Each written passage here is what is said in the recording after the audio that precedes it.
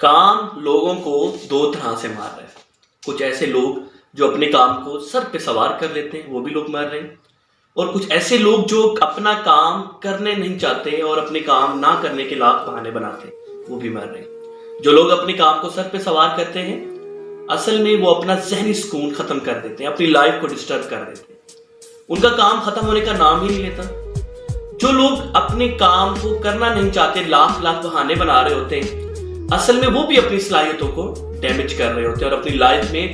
Problem create کر رہے ہوتے ہیں. تو یاد رکھیے گا،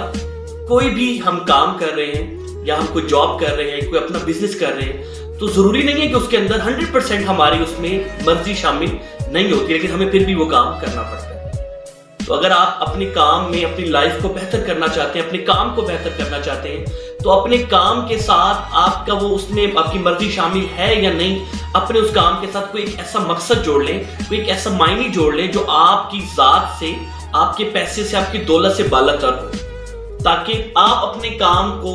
جب اس طرح سے کام دیکھ رہے ہوتے ہیں کہ آپ کا کوئی مقصد ہوتا ہے، کوئی ڈریم ہوتا ہے، تو پھر آپ کا کام ایک موٹیویشن میں کنورٹ ہو جاتا ہے. جو موٹیویشن میں کنورٹ ہوتا ہے تو پھر آپ کا کام میں ایکسائٹمنٹ آ جاتی ہے، اور آپ کی لائف میں اور آپ کے کام کے اندر ایک ایسا نکھار پیدا ہوتا ہے جس کی وجہ سے پھر آپ اپنی لائف کو بڑے اچھے طریقے سے سروائیو کر سکتے ہیں. آپ کا ویل وشر کیسر جعفری.